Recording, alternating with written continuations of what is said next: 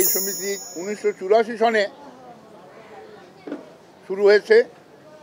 সেখানে আমি আহ্বায়ক ছিলাম। হোটেল পূর্বানীতে এর জন্ম হয় সমিতির, যেখানে আমাদের প্রায় 82 জন শিল্পী উপস্থিত ছিলেন। তখনকার দিনের যারা অত্যন্ত জনপ্রিয় অভিনেতা সবাই ছিলেন, রাজ্জাক ভাই, খলিল ভাই, শওকত আকবর সাহেব, এটিএম শামসুজ্জামান, আক্তার সাহেব, ফরিদ আলী, এরকম বহুত লোক। আমি নাম সবার যদি বলতে পারবো না, এবং কোনো ভুল হয়ে গেলে আমাকে আল্লাহ মাফ করে দেন, এবং যারা চলে গেছেন তারা যেন মাফ করে দেন। এই সমস্ত মানুষের সহায়তায় শিল্পী সমিতি 1984 সালে জন্মগ্রহণ করেছিল হোটেল পূর্বানীতে। তখন কমিটিতে রাজ্জাক ভাই সভাপতি এবং আমি সাধারণ সম্পাদক হিসেবে দায়িত্ব নিয়েছিলাম। শুরু হয়েছিল কাজ, 3 মাসের মধ্যে রাজ্জাক ভাই পদত্যাগ করেছিলেন। এটি আমার জন্য একটা কঠিন ব্যাপার ছিল, যে কি মুশকিল, প্রথমেই এরকম, কিন্তু পেরেছিলাম সামলে নিতে।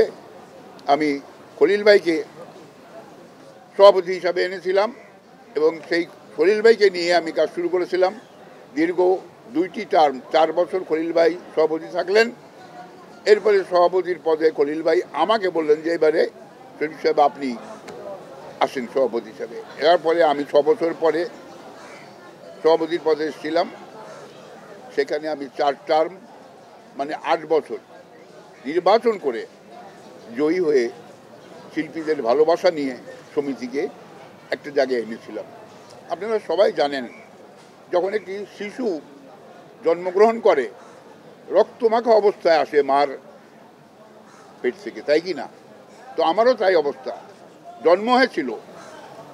আমরা চেষ্টা করে সেটাকে ধুয়ে মুছে সেই রক্তাক্ত শিশুকে আস্তে আস্তে বড় করেছি। একটা সময় এসছে আমি সরে গেছি, সাকিবকে এনেছি, সাকিবও 2বার এর দায়িত্ব নিয়েছে।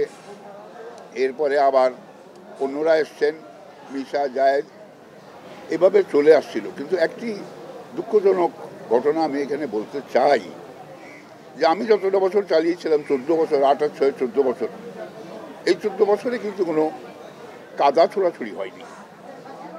খুব জোর দিয়ে বলতে পারি, নির্বাচন হতো, খুব কন্টেস্ট করে নির্বাচন হতো। সেই নির্বাচনে যে জয়ী হতো এবং যে হেরে যেত, সে এসে মালাটা পরিয়ে দিয়ে তাকে গ্রহণ করে দিত। আমাদের সময় এটা ছিল। কিন্তু এই কয়টি বছর আমি দেখলাম, আপনারা সবাই জানেন, এটা কোনো নতুন কথা না। বিশেষ করে সাংবাদিক ভাইরা জানেন, যারা এই মুহূর্তে টিভি দেখছেন তারাও জানেন যে এই সমিতি নিয়ে অনেক কাদা ছোড়াছুড়ি হয়েছে, যেটা আমার জন্য খুব দুঃখজনক। কেন হবে?